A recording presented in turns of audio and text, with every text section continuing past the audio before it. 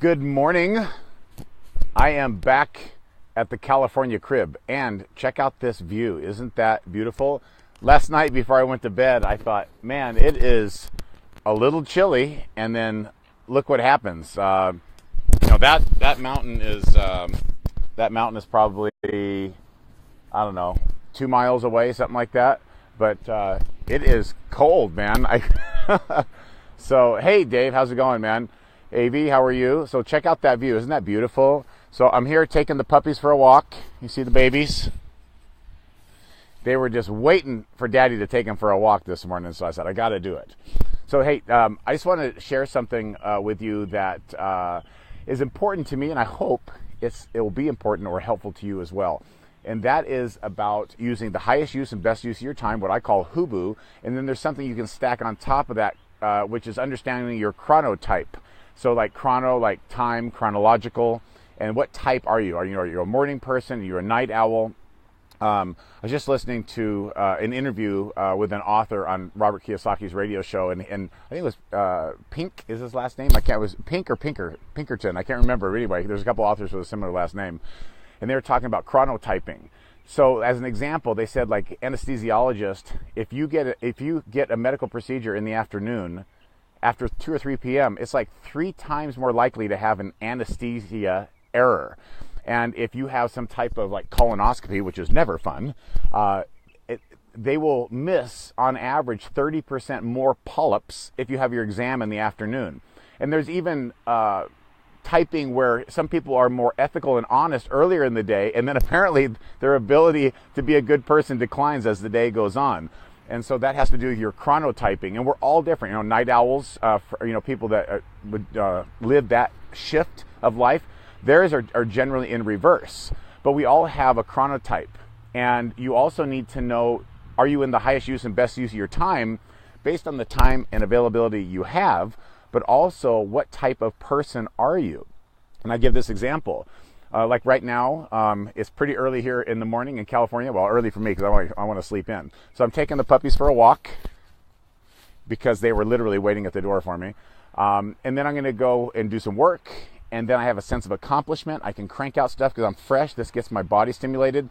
And then I'm going to go work with my coach and do a very intense workout. And I choose that methodology because this gets my body warm. It stimulates my brain. I can communicate with my tribe. I'm listening to podcasts, so I get stimulated, and I can crank out a bunch of work for like an hour and a half and be really, really focused. Then on the way to my workout, I do my conference calls with my team, saving time because that's the highest use and best use of my time.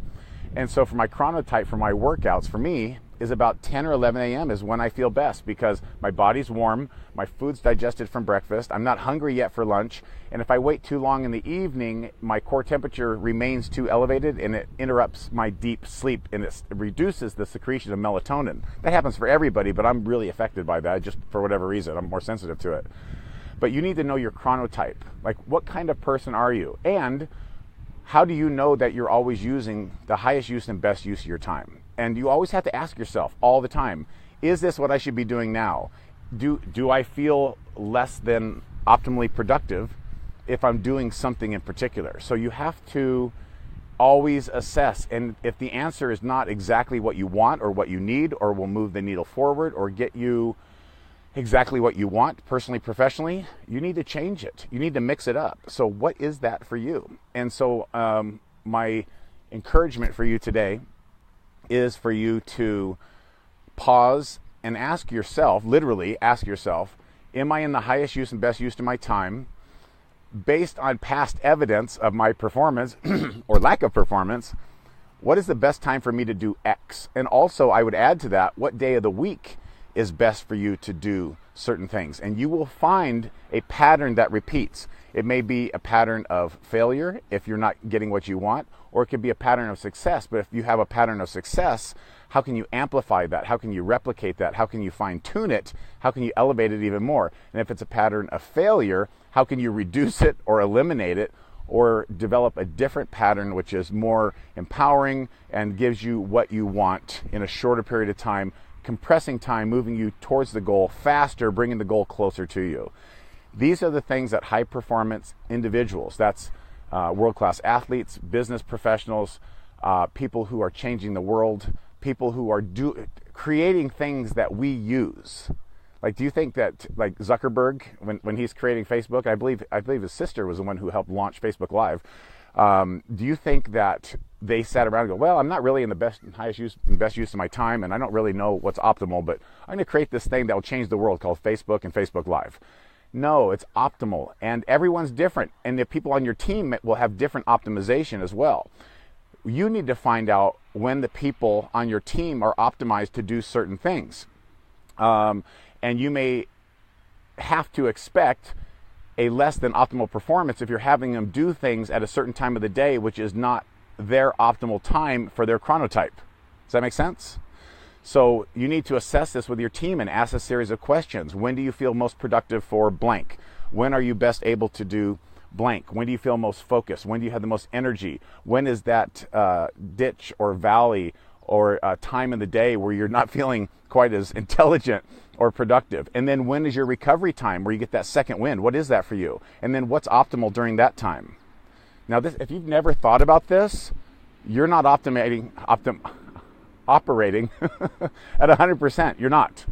And I don't know if any of us are, but we need to get as close as possible, right? So when people say it's 110%, it can't be more than 100%. It's just 100%. You're not operating at 110% because you have 100% to give. I crack up when people say that. I'm going to give 110%. All right, where did the other 10% come from? Just make your 100% better, right?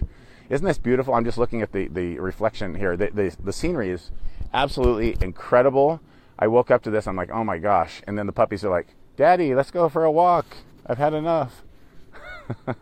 That's it. You guys try this, okay? I promise. Hey, Michael, how's it going, man? Good hanging out with you in Las Vegas. You guys do this, okay? Go back and watch this if you missed any part of it. That's it for today. Have a wonderful day. I need to finish this walk. I'm going to go work. Actually, Caleb Maddox is supposed to call me in about 5 minutes, so we're going to be doing some work together. Pretty cool. Very smart young man who's going places. Guarantee you, at 16, he is more productive than 99% of the people on the planet because he's focused, diligent, and he knows exactly what he wants. All right, that's it. I'll talk to you later. Enjoy your day.